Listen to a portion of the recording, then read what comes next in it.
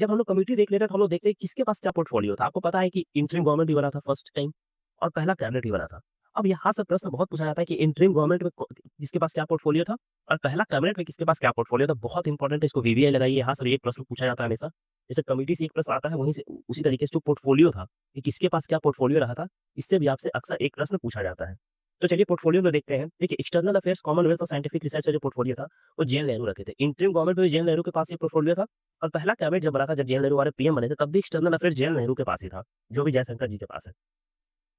Home broadcasting अगर देखा जाती है, सरदार वल्लभ भाई पटेल के पास था, फर्स्ट कैबिनेट में भी और फर्स्ट इंटरिम गवर्नमेंट में भी। और सरदार वल्लभ भाई पटेल को ही फर्स्ट डिप्टी पीएम भी कहा जाता है। फर्स्ट डिप्टी पीएम कौन थे? तो ये सरदार वल्लभ भाई पटेल ही थे, पहले डिप्टी पीएम।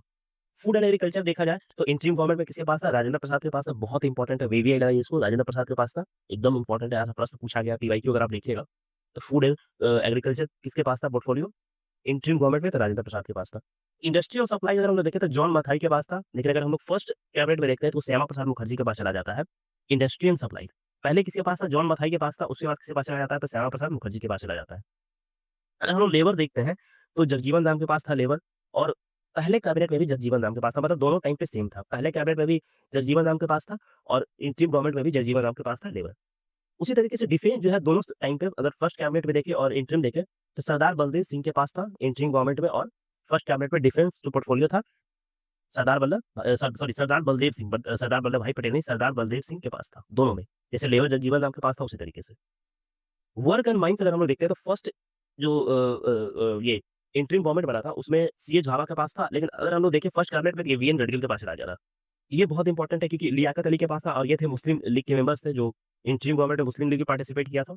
तो फाइनेंस जो था वो लियाकत अली के पास था, लेकिन अगर हम लोग देखें हमारा फर्स्ट फाइनेंस मिनिस्ट्री कौन बनते हैं तो आर के शनमुगम चेट्टी बनते हैं। ये फर्स्ट हमारे बनते हैं फाइनेंस मिनिस्टर। भी है, ये बहुत इंपॉर्टेंट है। ये पहले कैबिनेट में हमारे रहते हैं।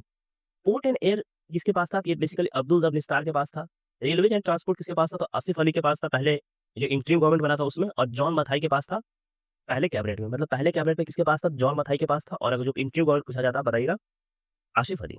एजुकेशन बहुत इंपॉर्टेंट है, यहाँ से प्रश्न हमेशा पूछा जाता है। एजुकेशन आर्ट्स किसके पास था इंटरिम गवर्नमेंट में?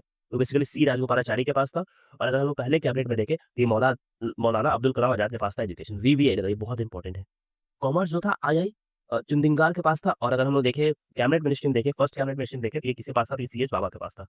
वहीं अगर हम लोग हेल्थ देखते हैं तो ये गजनफर अली खान के पास था इंटरिम गवर्नमेंट में।